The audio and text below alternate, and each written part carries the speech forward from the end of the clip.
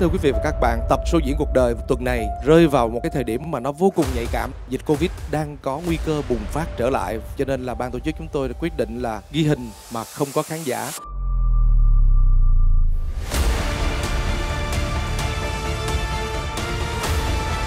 Giờ 18:30 là chương trình lên sóng mà bây giờ coi như mưa tầm tã luôn.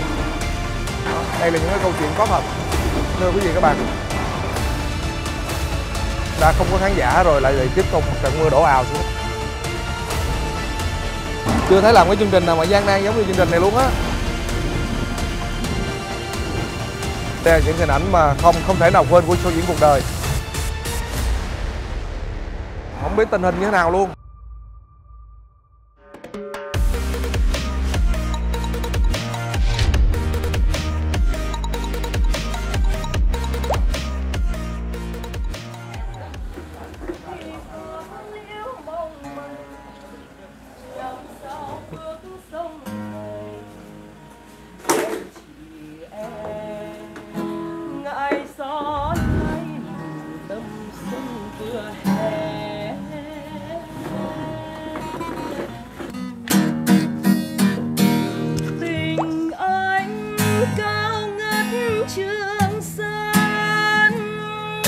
Gặp anh ước mơ gì hơn, cho anh bông hồng còn thơm, cho anh trái ngọt vườn cấm, còn gì cho nữa tiếng ru trẻ thơ.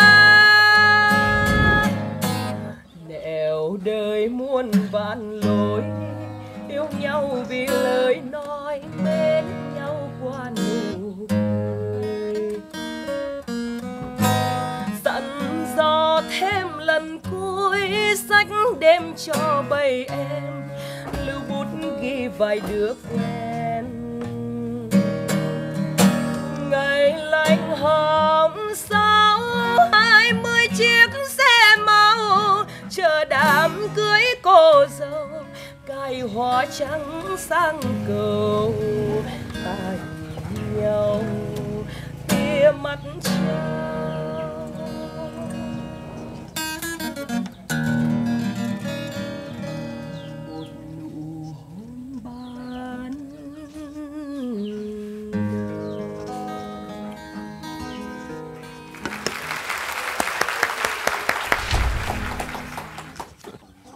Chị Diễm đâu biết ai đến đúng không?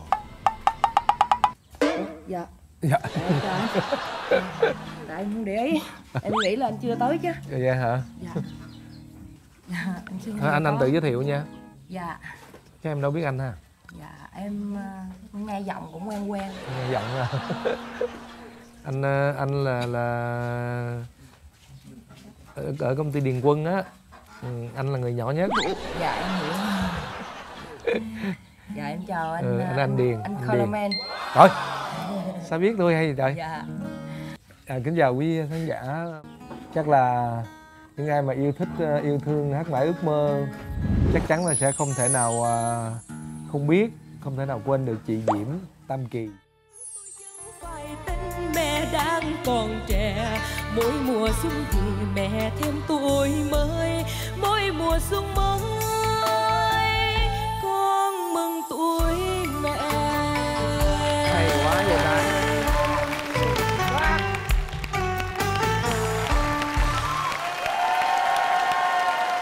Thật sự thì em rất là bất ngờ với giọng hát của chị Bích Diễm. Diễm ơi, hay quá Diễm ơi. Em nói thiệt, hồi nãy giờ em tan chảy cái cách ngắt chữ của chị, cái cách chị nhả, lâu lâu chị xuống hơi nhẹ, rồi chị miết cái chữ, cái cách chị tách từng cụm nhạc á, rất là chuyên nghiệp, rất là tình cảm. Điều đó là đến từ cảm xúc thật.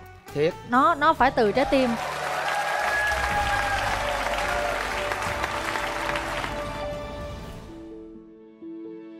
Nếu đã từng nghe qua tiếng hát của Bích Diễm, chắc hẳn ai cũng sẽ thấy mình rung động trước giọng ca đầy bản năng mà vô cùng đẹp đẽ này. Những câu từ trong bài hát của Diễm chạm đến trái tim của người nghe, bởi lẽ nó được cất lên từ chính trái tim của một người phụ nữ chưa một lần nhìn thấy ánh sáng. Mình Mình tên là Trương Thị Bích Diễm, mình đến từ thành phố Tam Kỳ, Quảng Nam. Nghề nghiệp chính của Diễm thì trước đây thì Diễm là kỹ thuật viên massage. Nhưng mà sau cái dịch Covid thì Diễm không đi làm nữa mà ở nhà. Lúc nhận được cái thông tin hát mãi ước mơ thì Diễm đã suy nghĩ là sẽ hát cho Hội Người Mù Tam Kỳ. Bởi vì thực sự lúc đó thì gia đình mình cũng khó khăn. Nhưng mà thấy là các bác các chú ở Hội Người Mù thành phố Tam Kỳ thì còn khó khăn hơn nữa. Bởi vì mấy bác đó là rất là lớn tuổi rồi, mà còn phải đi buôn đi bán bươn chải ở ngoài cuộc sống ngoài đường rất là cực khổ. Thực sự là mình nghĩ nếu như mình có thể mình giúp được cái gì cho họ thì mình có thể mình sẽ sẵn sàng mình giúp. Ngay từ khi lên 4 lên 5, Bích Diễm đã đam mê đàn hát. Tình yêu âm nhạc theo thời gian cũng lớn dần và thôi thúc Diễm không ngừng trau dồi, học hỏi. Đến nay, cô đã có thể hát được rất nhiều thể loại khác nhau, mà thể loại nào cũng ngọt ngào và truyền cảm. Đối với Bích Diễm, số phận kém may mắn chưa bao giờ là trở ngại cho việc tiếp thu tri thức nói chung và đam mê âm nhạc nói riêng.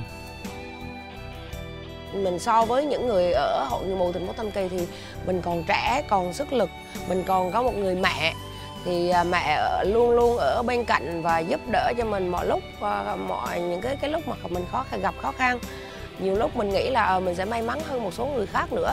Cho nên là đối với Diễm thì cũng không có gì phải buồn trong cái cuộc sống này. Dù tự nhận cuộc đời mình còn nhiều may mắn, nhưng năm 2020 lại không phải là một năm suôn sẻ đối với gia đình Bích Diễm. Bão lũ hoành hành, dịch bệnh dai dẳng không chỉ cuốn trôi một mái nhà mà còn cướp đi cái nghề mà Diễm gắn bó bấy lâu nay. Tất cả chỉ còn có thể trông chờ vào thửa ruộng mảnh vườn mà mẹ Diễm vun trồng. Sau khi cái chương trình này xong thì thỉnh thoảng thì Diễm cũng có những cái show mời. Nhưng mà thực tế thì toàn là những cái show mời gọi là hát để mà quyên góp từ thiện. Cho nên là cái con đường ca hát của Diễm thì cũng lúc đó cũng còn gặp rất là nhiều gian nan. May thay, nhờ tình yêu thương từ cộng đồng, Bích Diễm đã được hỗ trợ để sửa sang lại căn nhà sau bão lũ. Và Colorman cũng tin rằng một show diễn cuộc đời là nguồn động lực và niềm tri ân chân thành nhất dành cho giọng ca xuất sắc này. Người nói đi cho tôi một lời rằng nghề sướng ca tôi không lạc loài. Ta ơn người phần tâm tôi muôn kiếp vương tơ cho đời vui.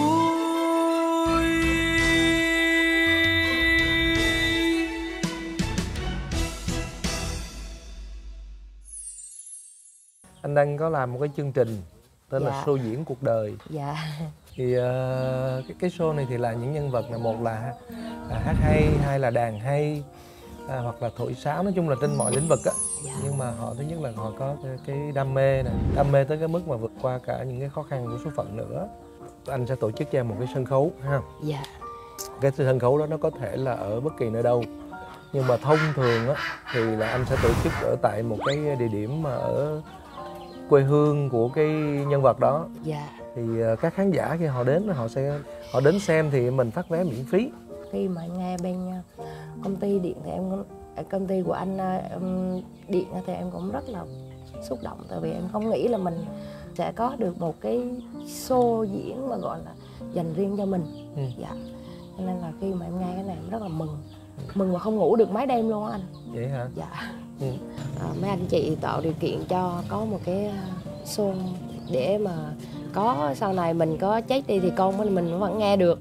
Thì cái này cũng rất là điều đó là em không bao giờ dám nghĩ tới. Thực sự là em cũng không biết nói gì, là nói chung là em cũng cảm ơn anh và ekip của chương trình đã tạo điều kiện cho những người khiếm thị và những người có cái hoàn cảnh mà không may mắn như tụi em có thể là được đứng trước công chúng, mặc dù là như mình không biết, mình không nhìn thấy họ, nhưng mà có thể là mình đem những cái lời ca tiếng hát của mình mặc dù nó không được xuất sắc. Dạ. Đâu có xuất sắc gì mấy đâu, Trấn Thành là nổi da gà luôn. Bích Diễm thì nói có vẻ khiêm tốn vậy thôi, với cái giọng Trong các cái mùa của Hát Mãi Ước Mơ thì có thể nói là Bích Diễm là một cái giọng ca mà gây ấn tượng rất là mạnh ở với ban giám khảo của Hát Mãi Ước Mơ, cũng như là cả cộng đồng của bà con của bác yêu âm nhạc. Dạ, cảm ơn anh Quốc Khang. Chứ còn em thì em nghĩ là giọng ca của mình chỉ là hát cho những người hàng xóm láng giềng, chiều chiều lại là mọi người đi làm thợ về, là cái khi nào mà em buồn em ngồi mang cái đàn ở đây thì khi em hát thì nói chung là em cũng không có chú ý xung quanh, nên là mọi người cứ tự nhiên đứng nghe thoải mái rồi cứ tự nhiên đi thôi. Dạ. Là chiều nay em cũng ngồi kiểu vậy hả? Dạ. Hèn chi nãy mình tới mình ngồi là chị không có biết. Dạ, tại vì em cứ đánh cứ chiều là em cứ ngồi em đàn chơi vậy hả? Dạ. Cái show này thì nó trung bình nó khoảng 200 khán giả. Dạ. Thì mình phát sóng, mình quay rồi mình live trực tiếp luôn. Dạ. Rồi bà con từ các nơi họ xem á, dạ. xong rồi họ đóng góp và ủng hộ cho em. Đó là bà con từ xa đó nha. Dạ. Còn những bà con ngồi tại chỗ đó nữa là họ sẽ góp tại đó nữa. Dạ. Cho nên là anh nghĩ là thứ nhất là cũng giúp được cho em nè thêm một ít thu nhập nè, một ít tiền để xoay sở trang trải chuyện dạ, gia có đình. được thì tốt. Em về em làm lại cái phòng massage để em mở ở nhà, có khách để em làm. Ồ, vậy hay quá. Dạ, kiếm thêm thu nhập để mình nuôi con nuôi mẹ. Em được mấy cháu vậy? Dạ, em có 2 ạ. Cái bé này đứng đây là bé là dạ, bé lớn. Dạ. Bé lớn hả? Còn bé nhỏ nhỏ là ở đây, bé nhỏ nhỏ đó nói đó. Cái bé này đứng đây phải không? Dạ. Còn bác ngồi đây là bác dạ, mẹ em. Mẹ hả? Dạ. Dạ. Diễm phải nói là có một cái tình yêu mãnh liệt, tình yêu với đam mê ca hát một cách mãnh liệt chưa từng thấy. Dạ, em hát thì em biết hát từ hồi nhỏ. Cái lúc mà mẹ em đi làm mình gọi là làm đào mương thủy lợi á, thì ở đây gọi là làm cây dẫn nước. Thì là em thuộc rất là nhiều tuần cải lương. Thì lúc đó bà con làm đó thì có cái loa phóng á, nó xong đưa cho em micro thì em ngồi em hát hết tuần này đến tuần khác cả ngày để cho họ nghe. Động viên tinh thần cho họ làm. Nên là lúc đó mình cũng không biết là dùng từ động viên, nhưng bây giờ thì mới biết. Hồi đó em thuộc rất là nhiều tuần cải lương. Dạ. Hát được cải lương luôn? Dạ được ạ. Trời ơi, hơi bị độc nha.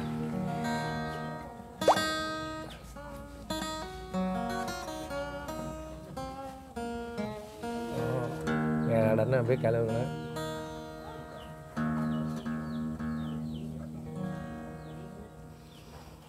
Dần dần xa đưa tiếng ai hát giữa trưa, bài tình quê gợi thương gợi nhớ,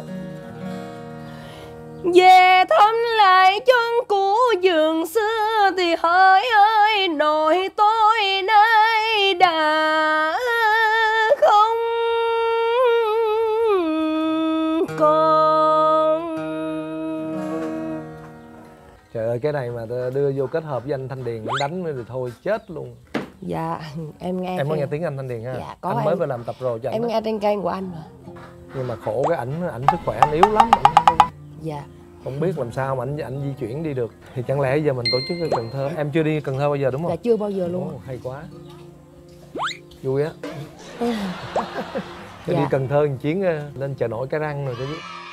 Nhưng mà giờ anh hỏi ý em nào? Dạ, ý em là em muốn làm ở tại quê hương này hay là ở đâu cũng được? Dạ, thì em thì nói chung khi được tham gia là em mừng lắm rồi. Khi được hát, nói chung là được hát, mình được đứng hát trực tiếp là em rất là mừng rồi. Còn cái này là từ chương trình sắp xếp cho em thì em không biết.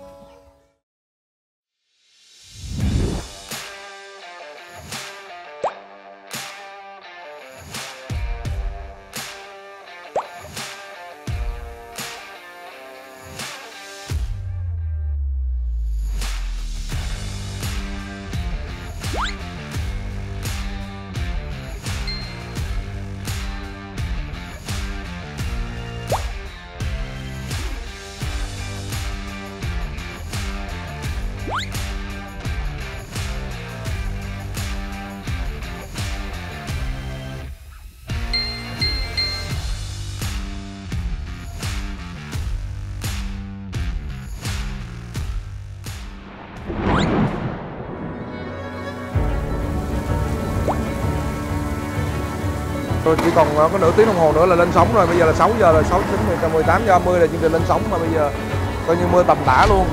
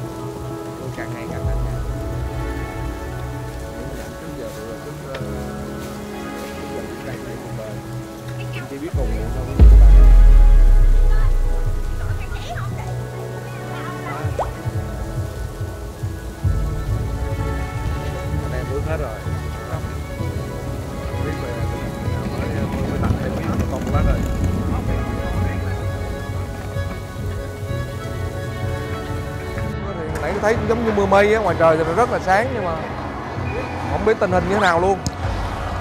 Cho nên là bây giờ là mấy thầy trò mình tranh thủ dọn dẹp để chuẩn bị làm là một cái sân khấu đột xuất tại đây luôn để chương trình diễn ra. Thôi chắc cú đi, vô đây đi cho nó êm. Lỡ mà đang làm mưa nữa cái mình chết luôn. Ủa giờ mình tính dựng ở đâu? Dựng đây luôn hả?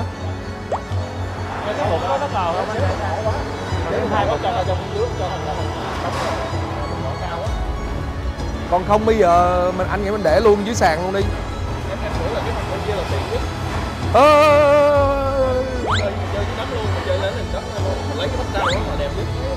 Thôi chơi nền đất luôn đi, để nền đất luôn đi. Lấy gỡ thảm bắn đại dưới đây luôn đi cho nó tạm thời vậy đi. Không lấy rộng cho ra chỗ này nè, để cái logo ngay giữa này thôi được rồi xong. Rồi giờ các anh em đang di chuyển đèn vô.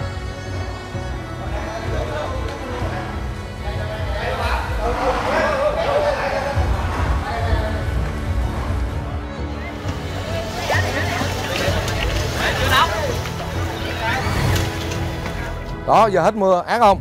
Trời ơi hết mưa kìa, trời trong veo luôn rồi. Khoan, được.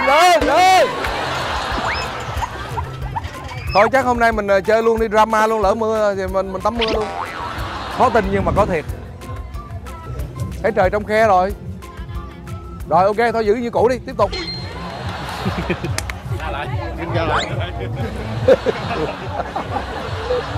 Quá drama. Ủa chị Diễm đâu rồi? Vô ra ghẹo chị Diễm. Khỏe mà, nói chung là kiếm chuyện cho đi khiên. Chờ xí đi, trời ơi. Không tin luôn á. Làm một chương trình nữa gian nan quá trời. Hả Thanh Điền? Đâu có người nào cũng được suôn sẻ. Không, trời ơi cái chương trình của mình là đúng luôn đó. Mới dọn vô rồi. Ai hát nữa rồi mà. Nó mưa khiên vô, nó hết mưa khiên ra, nó mưa khiên vô, hết mưa khiên ra rồi tới 9 giờ xong luôn. Còn có nửa tiếng nữa chương trình là bắt đầu chạy rồi đó quý khán giả, mà bây giờ này vẫn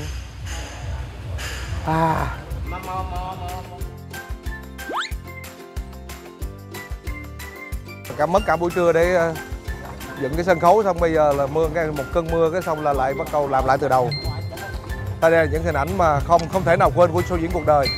Không có khán giả rồi lại tiếp tục một trận mưa đổ ào xuống làm tất cả mọi người đều rất hết hồn hết vía.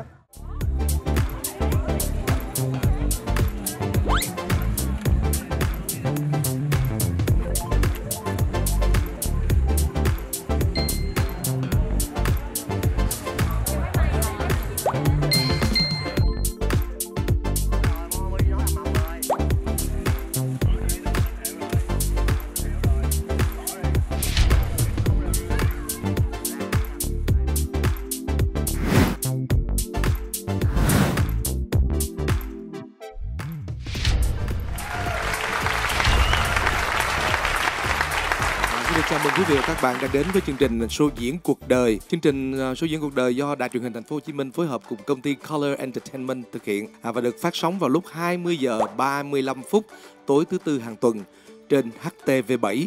Chương trình rất hân hạnh được đồng hành bởi nhãn hàng Colorman Fashion và Colorman Foodmark. Và kính thưa quý vị và các bạn, Trong lịch sử làm chương trình, đặc biệt là các cái chương trình nghệ thuật như thế này thì có lẽ là chưa bao giờ mà Color Man phải đối diện với một cái việc mà tổ chức một chương trình mà không có khán giả. Nhưng mà như quý vị các bạn cũng biết rồi, show diễn cuộc đời tuần này là rơi vào một cái thời điểm mà nó vô cùng nhạy cảm, đó là thời điểm mà dịch Covid đang có nguy cơ bùng phát trở lại. Chính vì vậy cho nên là ban tổ chức chúng tôi đã quyết định là ghi hình mà không có khán giả. Ở đây cũng có được khán giả, nhưng khán giả này chính là ekip cùng với các anh chị em nghệ sĩ. Và cũng chính vì lý do đó thì Color Man cũng rất là tha thiết mong rằng quý khán giả đang xem chương trình qua livestream, nếu thích yêu thương và yêu thích cái nhân vật của chúng tôi, đó là chị Bích Diễm ở Tam Kỳ, thì hãy vui lòng đóng góp để ủng hộ cho chị Diễm. Không muốn làm mất thời gian thêm của quý vị và các bạn nữa, bây giờ Color Man xin phép mời nhân vật chính của chúng ta ngày hôm nay. Xin mời chị Bích Diễm, hay còn gọi là chị Diễm Tam Kỳ.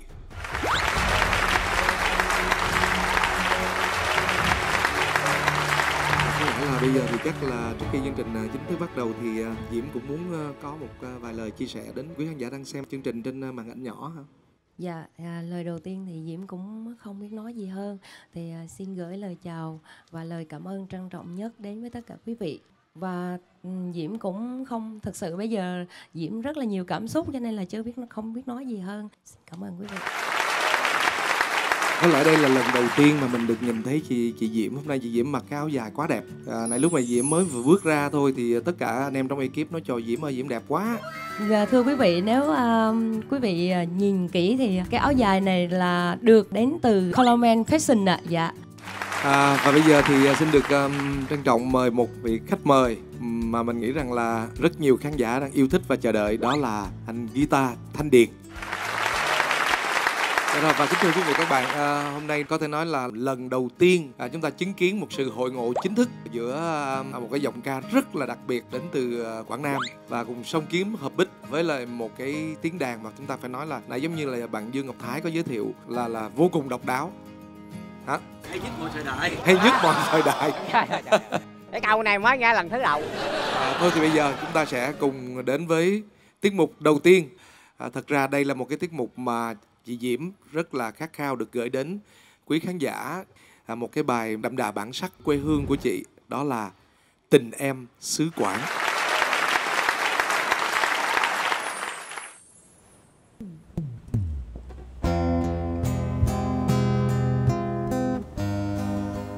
Khi mà bắt đầu bước lên sân khấu tham gia chương trình show diễn cuộc đời, mình cứ đang nghĩ là mình chắc là mình đang nằm mơ. Bản thân một cái người bình thường để tổ chức một cái live show còn rất là khó, cũng như là một người khiếm thị mà trong khi điều kiện kinh tế thì cũng không có, mà được tổ chức một cái live show thì cái điều đó là mình ngoài cái sức tưởng tượng của mình. Anh về nơi xứ Quảng thăm người em phố hội, sông thu bồn còn nước lững lờ trôi, đường chùa cầu mưa phùn răng ngập lối, hàng thông xanh mưa thấm ướt bờ mi, thương nhớ nhiều người em yêu xứ Quảng, làn môi hồng xuôi tóc xóa ngang vai, bờ mi cao nhấp nhô thuyền cửa đại.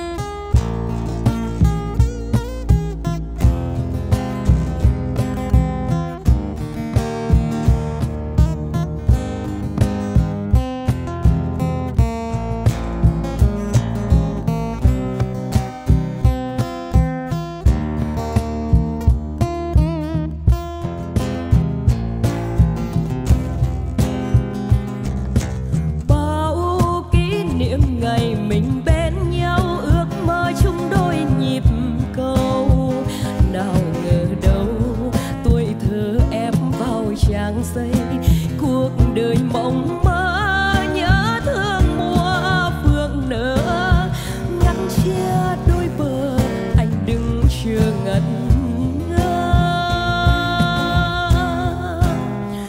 Da em trắng mịn màn hơn cát biển, mắt em xanh như dòng nước Hàn Giang, tình ta đẹp như vầng trăng soi sáng, tên chúng mình lưu niệm ngũ hành sơn.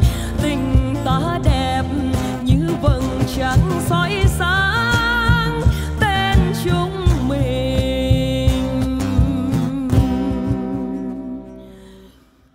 lưu niệm ngũ hành sơn.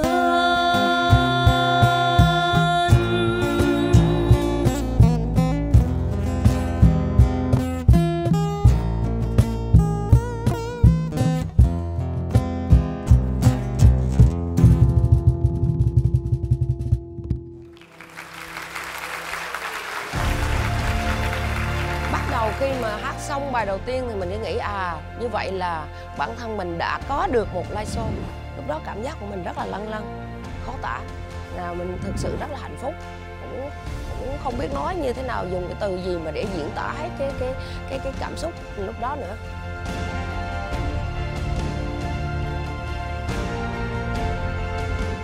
Dạ kính thưa quý vị khán giả, hiện tại đã có hơn 3.000 khán giả đang xem livestream rồi. Và quý khán giả đang nói là trời, hai người song kiếm hợp bích hay quá. Thật ra thì ngay cả việc kết hợp giữa hai anh chị ra là tự mình nghĩ ra luôn. Trời ơi, cái này mà đưa vô kết hợp với anh Thanh Điền đánh thì thôi chết luôn. Anh Thanh Điền là đàn không biết mệt mỏi, còn chị Bích Diễm thì chắc là cũng thấy rồi, chị hát đến nỗi mà giám đốc âm nhạc Tú Uyên còn phải kêu là thôi chị ơi chị đừng hát rồi, chị hát chị giữ giọng ngày mai tắt tiếng đó. Nhưng mà sáng nay đi ra chợ nổi Cái Răng là chị hát mênh mông tình buồn luôn. Ở đây thì thật sự thưa quý vị các bạn là cả hai người là hầu như là không có tập luyện gì hết trơn á, ráp vô một phát một là vô luôn. Mình xin dành ít phút để phỏng vấn nhanh thôi. Diễm có thể cho biết là cái lần đầu tiên mà kết hợp giữa hai người như thế này thì Diễm có ấn tượng như thế nào về anh Thanh Điền, và ngược lại thì anh Thanh Điền nghĩ như thế nào về Bích Diễm? Thực sự mà nói thì Diễm cũng rất là bất ngờ khi mà nhận được cái đề nghị của anh Coleman. Qua đây thì cho phép Diễm được xin trân trọng cảm ơn chú Thanh Điền đánh đàn cho Diễm trong cái buổi tối ngày hôm nay. Và thực sự là phải nói là chú Thanh Điền là một cái người đánh đàn không còn chỗ nào chê, đúng không ạ? Dạ. Trường hợp nếu mà mình đờn mà được như vậy đó là chỉ nhờ tiếng của Bích Diễm hát hay đấy, chứ mình lên thì chắc cường thực không có được như vậy rồi. Đúng là lên sóng trực tiếp thì thấy hai người nói chuyện nhau rất là mềm mại, rất là nhỏ nhẹ, chứ mà ngồi chung bàn, ngồi bên ngoài kia là ngồi nói chuyện cà khịa vui lắm luôn nha bà con. Bởi vậy. Dạ, bởi vậy. Thôi giờ nói đại gì cà khịa cho vui đi. Rồi. Kính thưa quý vị khán giả, có lẽ là chúng ta cũng đã biết rồi, xứ Quảng rất là nổi tiếng về cái loại hình nghệ thuật dân ca bài chòi. Không biết là Diễm có thể mang đến sân khấu của Show Diễn Cuộc Đời một vài cái câu hát bài chòi. Ở Quảng Nam Diễm là thường Tết là có hô hát bài chòi. Dạ. Nhưng mà cái làn điệu bài chòi thì nó hô rất là nhiều con, trong đó có 30 con. Ban nhạc cho xin hồi trống đi ạ.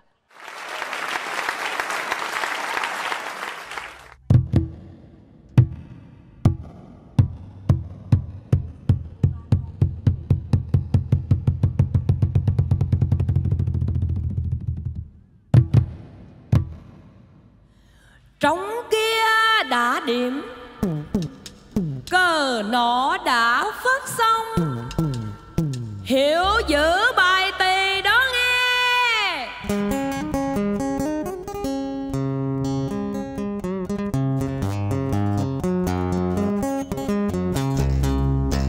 Bà con cô bác lăng lặng mà nghe, lăng lặng mà nghe là tôi hô con bài.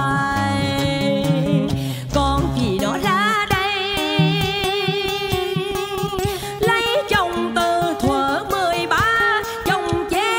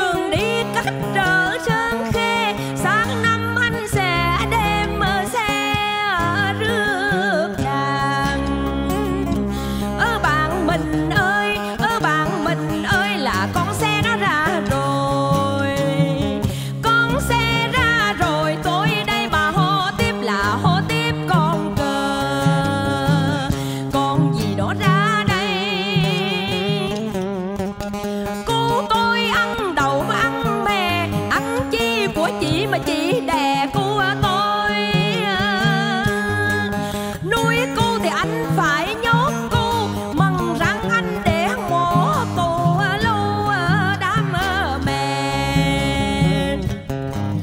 Tôi mà không bắt không đè đòn chỉ đâu được đám mẹ của tôi. Chỉ đừng có bắt nạt cô tôi, nó mà gãy cánh thì chỉ đền tôi sao tiền. Bạn mình ơi, bạn mình ơi, là cái con sao tiền, là cái con sao tiền. Cờ nó đã tới, trống kia đã dục xong, hiểu đâu. Mang trà rượu và kim ngân phát cho người trúng thưởng đó nghe. Rồi, xin cảm ơn quý vị rất nhiều. Mặc dù là ngẫu hứng thôi nhưng mà mình đứng ở dưới mà mình nghe ca từ trong cái trong lúc mà chị Diễm hát nó rất là buồn cười luôn. Dạ cái này là người ta UNESCO người ta công nhận, nhưng mà cho nên là vì dân gian là họ hô như vậy cho nên là ai muốn nghĩ sao nghĩ ạ. Vô đó. Dạ, kính thưa quý vị các khán giả, và bây giờ đến với quê hương sông nước miền Tây thì chị Diễm cũng muốn gửi đến một cái ca khúc mang tên Còn thương rau đắng mọc sau hè.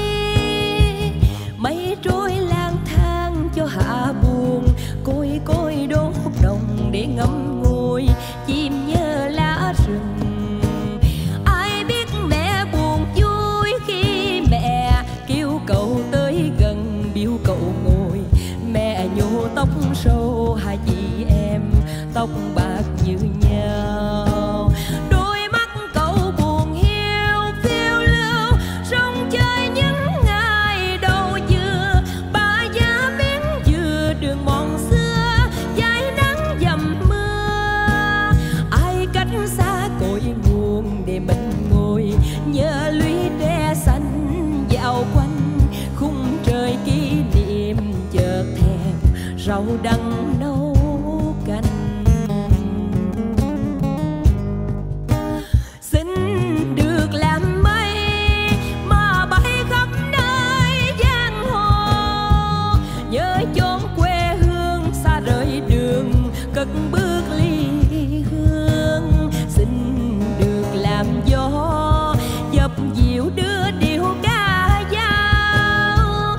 Chạy bếp nghiêng sao cũng ngọt ngào, một lời cho nhau. Xin sống lại tình yêu đơn sơ, rong chơi những ngày đầu dừa. Bờ giá miếng dừa đường mòn xưa, dải nắng dầm mưa. Xin nắng hạ thôi buồn để mình ngồi nhớ lũy tre xanh dạo quanh. Khung trời kỷ niệm chợt thèm rau đắng nấu canh.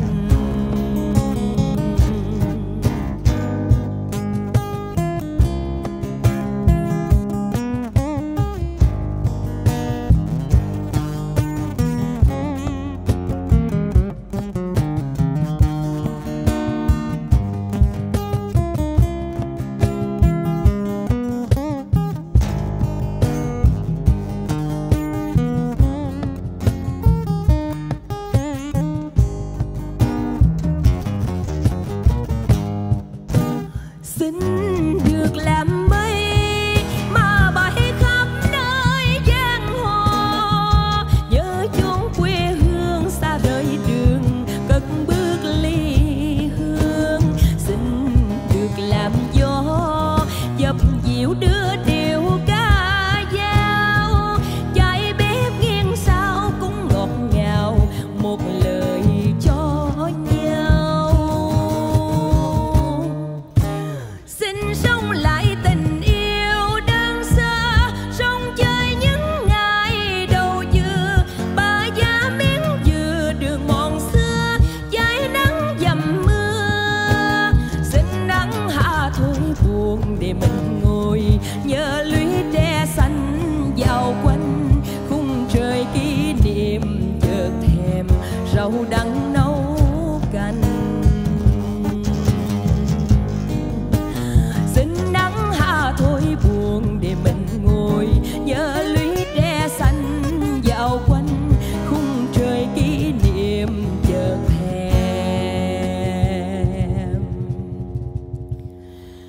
rau đắng nấu canh.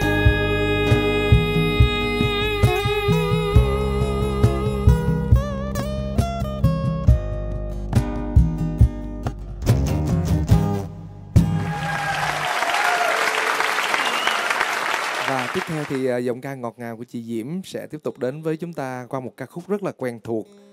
Ca khúc mang tên Cho Vừa Lòng Em.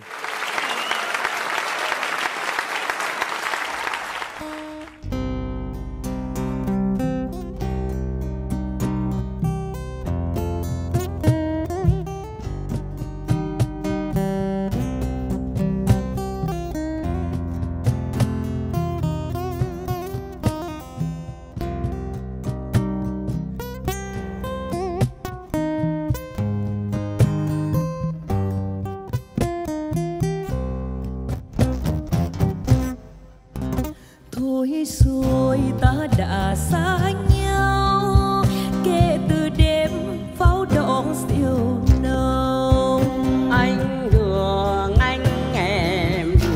em yêu thương xưa thì còn ân thường. Anh đành quên cả sao anh, kỷ niệm xưa xanh như biển lớn. Ân tình cao tựa bằng non, chỉ đôi bằng nhung lụa sao người. Em về gom lại thư anh, cả nghìn trang giấy mộng xanh màu. Gom cả áo lạnh ngày xưa, anh đem ra đốt thành cho ta. Cho người yêu khỏi phân vân khi ngồi đàn áo cho người mới. Khi mùa đông lạnh lùng xa, em khỏi nhớ chuyện ngày xưa. Anh ơi hết rồi, thôi hết rồi, chẳng còn chi nữa đâu anh.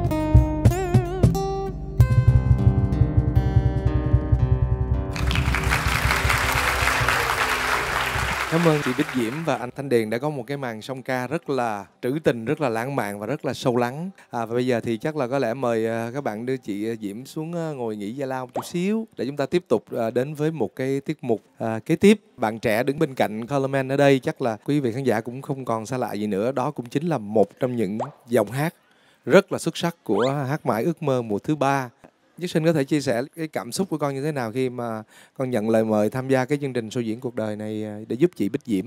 Cảm xúc của con rất là vui, bởi vì là con cũng được góp một phần nào đó nho nhỏ để giúp cho cô Bích Diễm vượt qua cái hoàn cảnh khó khăn trong cái mùa bão lũ vừa rồi ở miền Trung, dạ, cũng như là ở Quảng Nam thì rất là thiệt hại rất là nặng. Dạ. Nếu mà quý vị khán giả mà có để ý Nhất Sinh á, quý vị khán giả sẽ thấy thường xuyên bên cạnh Nhất Sinh đó chính là ba của bạn Nhất Sinh. Và có lẽ cũng chính vì vậy mà ngày hôm nay thì cái tiết mục đầu tiên mà Nhất Sinh muốn gửi đến tất cả quý khán giả, bài hát này không chỉ tặng riêng quý khán giả mà cũng là một cái lời tri ân, cái tình cảm người cha luôn luôn yêu thương, luôn luôn đỡ đần và luôn luôn là chỗ dựa tinh thần của Nhất Sinh qua ca khúc Tình Cha của nhạc sĩ Ngọc Sơn.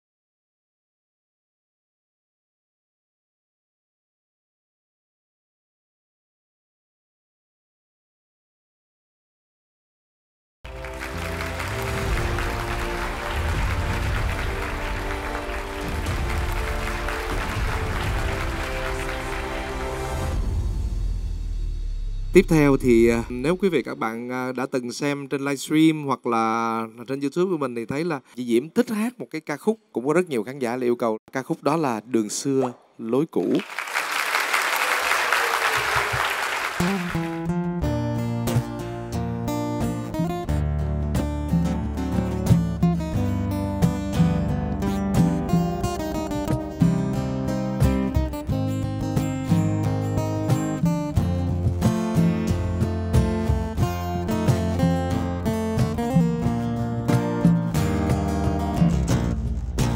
Đường xưa lối cũ có bóng tre che thôn nghèo. Đường xưa lối cũ có ánh trăng soi đường đi. Đường xưa lối cũ có tiếng ca trên sông xa. Lối cũ có tiếng tiêu dù lòng ai. Đường xưa lối cũ có em tôi tóc xanh bay mơ màng. Đường chiều dịu nắng bóng em đi áo nâu in đường trắng. Đường xưa lối cũ có mẹ tôi sun trong hồn hoang. Lòng ra thương nhớ đến tôi lòng khom đi tìm con. Khi tôi về bồi hồi trong nắng tưởng gặp người em hân hoan đứng đón anh về. Nào ngờ người em sang ngang khi xuân chưa tàn. Con đò nào đây đưa em tôi vào xa vắng. Khi tôi về nghẹn ngào trong nắng tưởng gặp mẹ tôi dưng đứng đón con về. Nào ngờ mẹ tôi ra đi bên kia cuộc đời, không lời biệt ly cuối cùng trước khi phân kỳ. Chạnh lòng thương nhớ những phút xưa qua rồi. Lạnh lùng tưởng nhớ bóng dáng ai in sâu trong lòng tôi. Đường xưa còn đó nắng vẫn lên vẫn trăng treo ven đồi.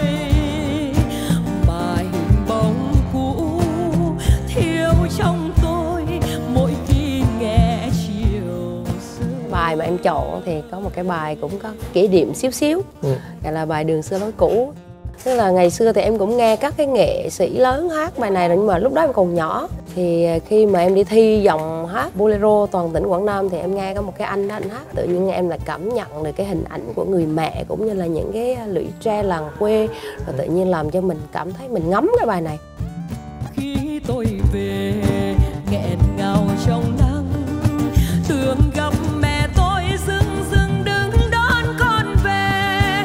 Nào ngờ mẹ tôi ra đi bên kia cuộc đời, không lời biệt ly cuối cùng trước khi phân kỳ.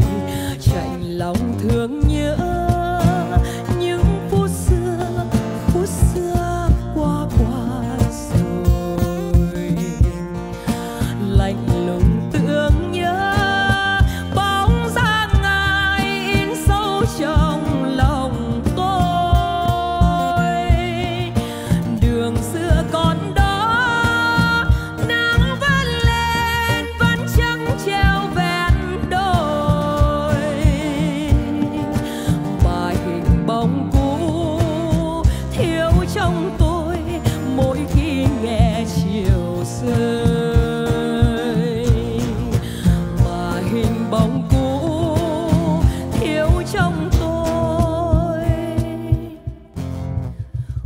mỗi khi nghe chiều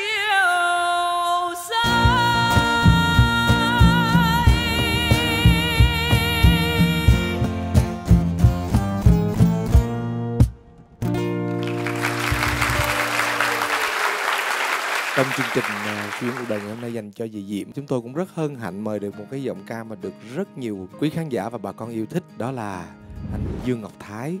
Một cái giọng hát bản thân Coleman cũng rất là yêu thích. Mình còn nhớ mãi cái bài Gòi Đò, mỗi một cái buổi tiệc hay mỗi có dịp nào là anh em cứ bu nhau vô hát cái bài Gòi Đò. Xin mời Dương Ngọc Thái. Xin chào chị Diễm và chào anh Thanh Điền, một cây đàn guitar hay nhất trong mọi thời đại. Câu này mới nghe lần đầu đi. Dạ hay quá. Hôm nay thì thấy cũng có một bài hát chung với chị Diễm ở đây. Ca khúc này mà hồi chưa thấy tập thấy là trời, cái giọng sao mà hay dữ vậy. Em nghĩ là huốt hay nữa chị Diễm. Dạ. Em nghĩ chị Diễm chị hát huốt hay, tại vì dây nào cũng được, chứ giọng nam cũng được và giọng nữ cũng dạ. được. Hay quá. Xin gửi tặng cho toàn thể quý vị một bài hát rất nổi tiếng của nhạc sĩ Thái Khang, ca khúc mang tên Éo Le Cuộc Tình.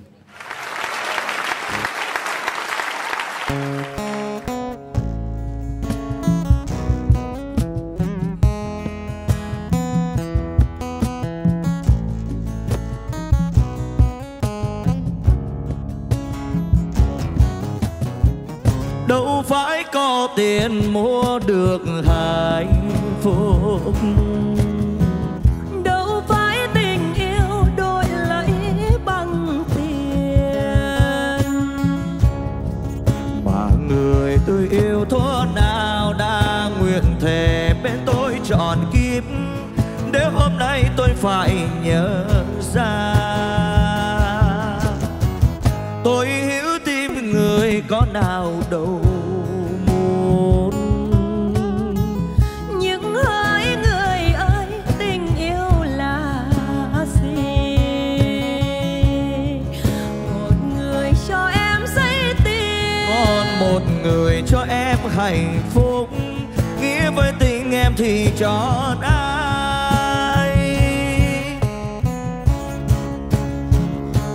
Em ơi, tôi chỉ yêu em, yêu bằng đôi bàn tay trắng. mơ ước bên anh nay tựa như cát bụi mờ, còn lại người ta cho em mơ hồ. Người ta có giống tôi không? Em ơi, tiền là giấy bạc như phù du của đời in ra. Em chót mang ơn nên tình em phải trả cho người. Đừng hỏi vì sao tình ta chia cách lòng. Nhìn em mắt ướt mi tuôn đắng cay cho số phận tình yêu. Đau xót cho mình lỡ một lần yêu. Anh khóc làm chi càng thêm đau lòng. Ngày nào cho nhau tiếng cười mà giờ đành cho nhau mật đắng. Thoái quay về với người ta đi.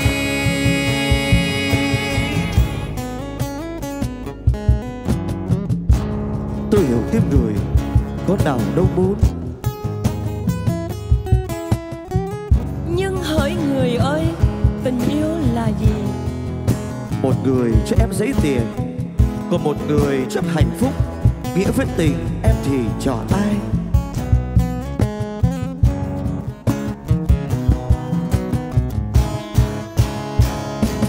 Em ơi, tôi chỉ yêu em, yêu bằng đôi bàn tay trắng. Mơ ước bên anh nay tựa như cát bụi mờ, còn lại người ta cho em mơ hồ. Người ta có giống tôi không? Em ơi, tiền là giấy bạc như phù du của đời in ra. Em chót mang ơn nên tình em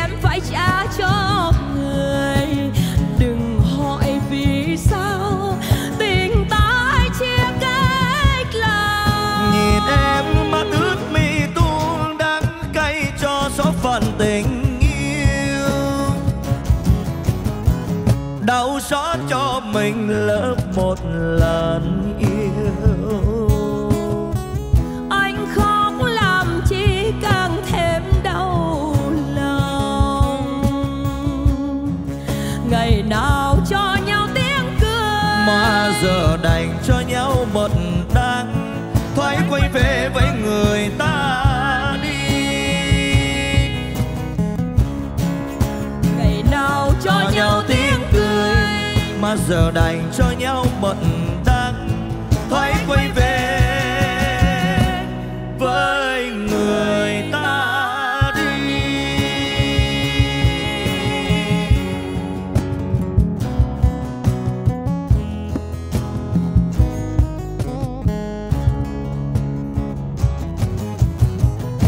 Hay quá chị ơi. Cảm ơn em. Dạ, quá hay luôn.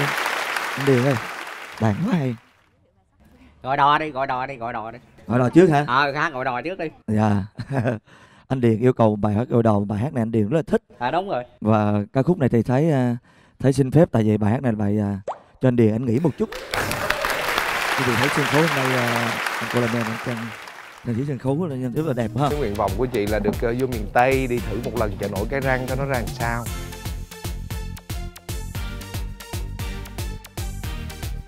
Ở đây vui lắm nha Diễm, lát là có ăn sáng trên đây luôn nha. Dạ. Em thì cũng được nghe qua sách báo thôi với lại tivi thôi. Cho nên bây giờ hôm nay mới được trải nghiệm.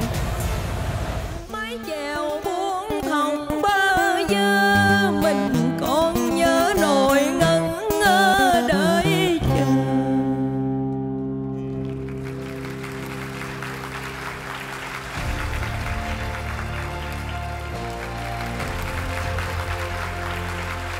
Thì mình là cái người cũng không may mắn mà cũng không có ba, cho nên là không có nội, nên là từ cái bài Nội Tôi thì mình hình dung đến một cái người bà của mình, đó là bà ngoại.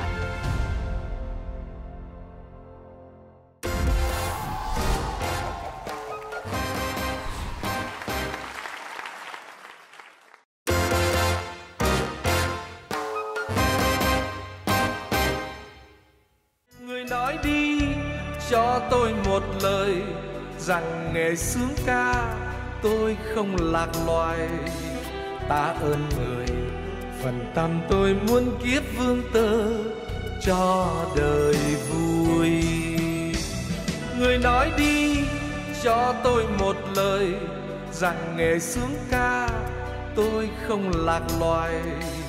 Ta ơn người, phần tâm tôi muốn kiếp vương tơ cho đời